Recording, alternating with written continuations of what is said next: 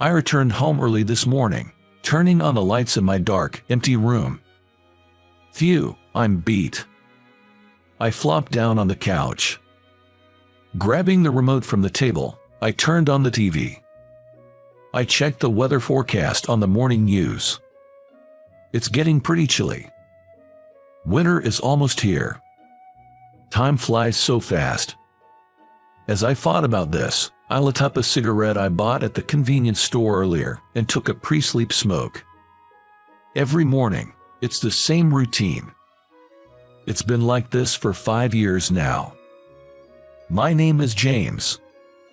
I've never gotten used to living alone in this empty house, nor to the feeling of loneliness. I never imagined my life would turn out like this. It's all a result of my own actions. Sigh.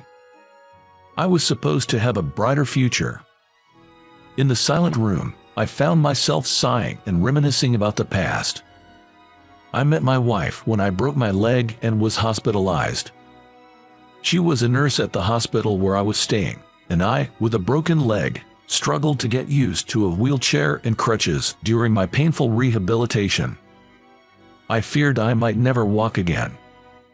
I felt anxious and worried. It was then that she started talking to me and treated me kindly, seeming like an angel. Talking to her, with her cute smile, made me feel really happy. "Hey, after I get discharged, would you like to go out for dinner with me?" I asked her almost every day. She turned me down many times, but finally, she gave in and handed me a note with her contact information. Yes, finally, I've got a date.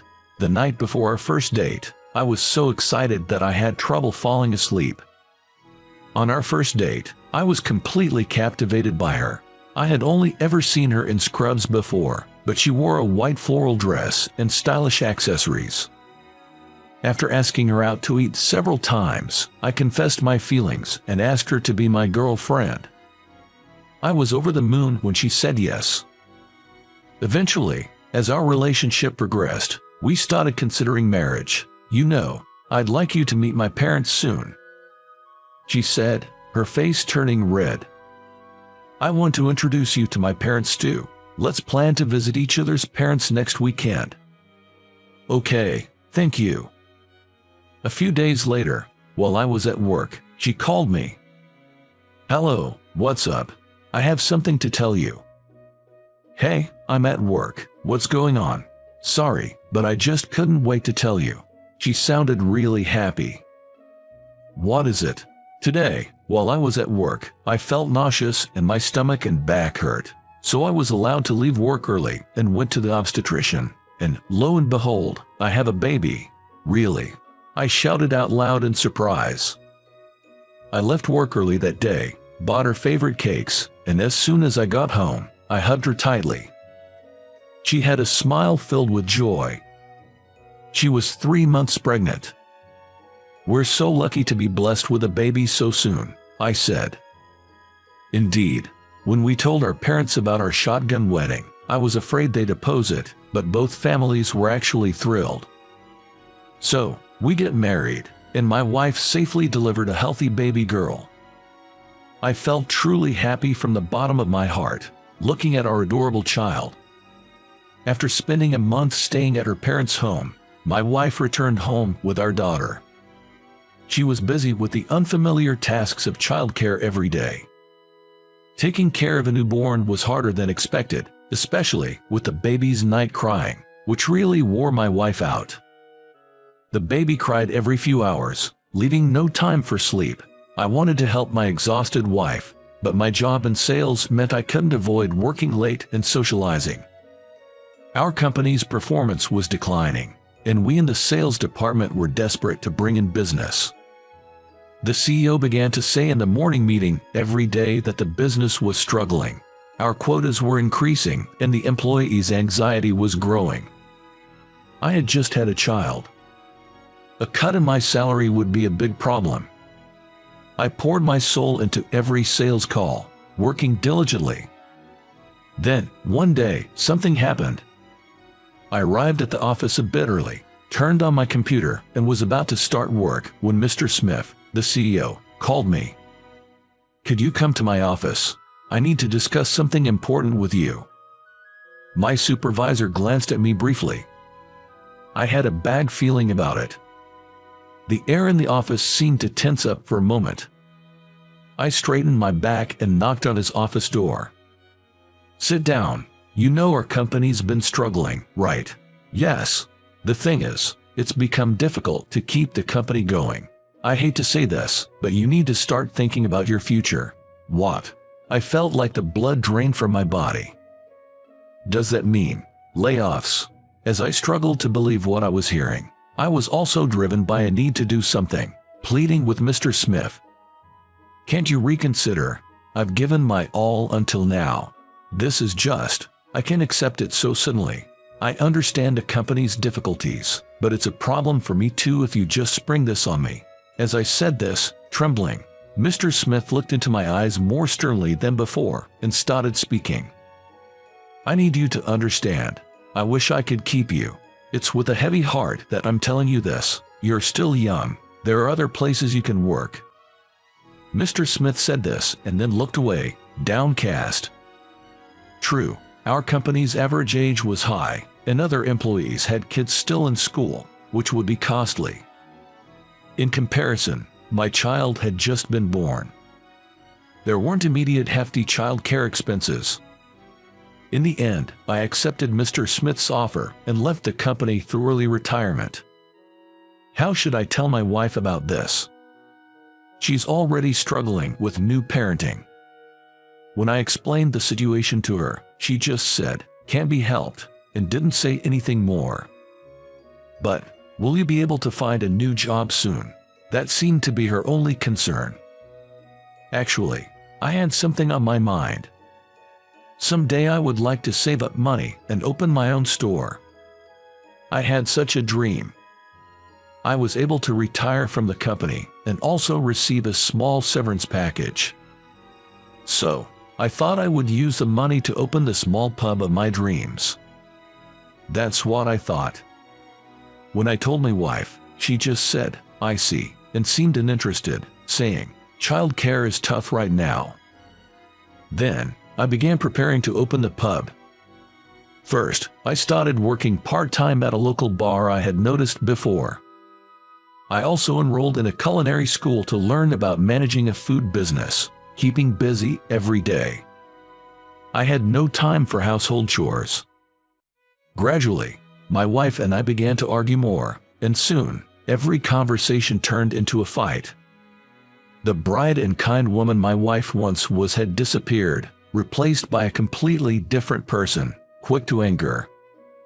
Then one day, it happened. My wife finally snapped, and we had an unprecedentedly huge fight. "You don't have any intention to help with child rearing. It's like I'm raising our child alone. Quitting your job suddenly to chase a dream seems thoughtless to me," she said. My wife said something like that. I was quite selfish. My wife was an excellent nurse and would have advanced her career if we hadn't had our child. She wanted to return to work early, but couldn't because of the long waiting list for daycare. I didn't even help raise the kids, and I was the only one chasing my own dreams. Looking back, it was unfair. Back then, I couldn't understand her point of view and only argued back. One day, when I came home from work, I found a note from my wife about divorce on the table, and my wife and daughter's belongings gone. It was only then that I realized how selfish I had been. Holding the note, I cried in the now empty room where my wife and daughter used to be. But it was too late for regrets. Later, I went to my wife's parents' house, and after many discussions, we ultimately agreed on a divorce. Our daughter was young, so custody went to my wife. Alone, I threw myself into work to escape the loneliness. The room, now devoid of my wife's smile and my child's voice, was quiet and filled with emptiness. I finally understood the saying, "You don't know what you've got until it's gone." I do regret getting divorced. I hope that one day we can be a family of 3 again. With that hope, I continued working towards opening my pub. And then, 5 years later, I finally managed to open my pub. Initially, there were few customers, and I worried about whether I could keep going, but the manager from the bar where I used to work part-time visited often.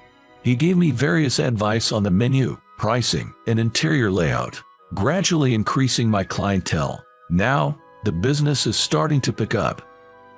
Then, one day, as I was cleaning up after a day's work, a woman came into the bar. "Sorry, ma'am, we're closed for the day." As I said this and went out to the hall, I was shocked to see the woman standing there. It was my ex-wife, visiting the pub for the first time. "Sorry for dropping by so suddenly." "No, it's okay. Have a seat." I only saw her once every 3 months for a visit with our daughter, and we hadn't met recently because our daughter wasn't feeling well. Judging by my ex-wife's pale face, I could tell something was wrong. As I wondered, her phone rang. She then said, "Sorry, I have to go, but I'll come back another day," and ran out of the pub. What happened? Worried, I called her, but she didn't respond. A few days later, my ex-wife came to the bar again. I was concerned and immediately asked her what happened. "What was wrong the other day? I tried to contact you, but couldn't get through. I was worried." After a long silence, she finally spoke, and I was hit with shocking news. The truth is, our daughter is hospitalized at a nearby hospital. What happened? Our daughter, she has a kidney problem. When I came here last time, her condition suddenly worsened. She needs a transplant, but we can't find a donor. I failed the medical tests, so I can't donate to her, and I just don't know what to do anymore. My ex-wife was sobbing, her shoulders shaking. Apparently, my daughter's illness had progressed without many symptoms showing, and she was lonely and struggling with the unfamiliar hospital environment. My ex-wife asked me to come and cheer her up. The next day, I closed the pub and headed to the hospital where my daughter was staying. When I opened the door to the hospital room, there she was, my daughter, asleep. She looked a bit thinner. Holding my daughter's hand, I shared with my ex-wife what I had been thinking about since yesterday. Use my kidney. What? I haven't done anything fatherly for our daughter, just regret so far. I've been away, but I care about her as much as you do. It's a strange way to show it, but if I can be of help, I want to save her. I conveyed all my feelings to her. After a silence, she spoke with tears in her eyes. "I had no right to take her away from you. I was selfish back then, and I've always wanted to apologize. I'm truly sorry." She apologized. "No, the selfish one was me. I'm sorry." Then we both reflected on our selfishness. Afterwards, I went through the tests immediately, and it was confirmed that there was no problem with me undergoing the surgery. The kidney transplant was a success. The recovery went well, and I was able to leave the hospital earlier than expected. On the day of my discharge, the 3 of us got into a taxi, and my daughter, her eyes sparkling, said, "Do I get to go home with Dad?" "Right. Shall we all live together from now on?" she suggested. "Really? I want that," my daughter answered excitedly. I made eye contact with her. An indescribable atmosphere filled the air. "All right, let's all live together then, huh?" When I said this, my daughter was so happy that she hailed my hand and said, "Yay." And so, after 5 years, we started living under the same roof again. Smiles returned to the once silent room, and we spent each day closely, as if making up for the time we were apart. I vowed never to lose sight of what's important again. To make them happy for the rest of my life. That was my promise.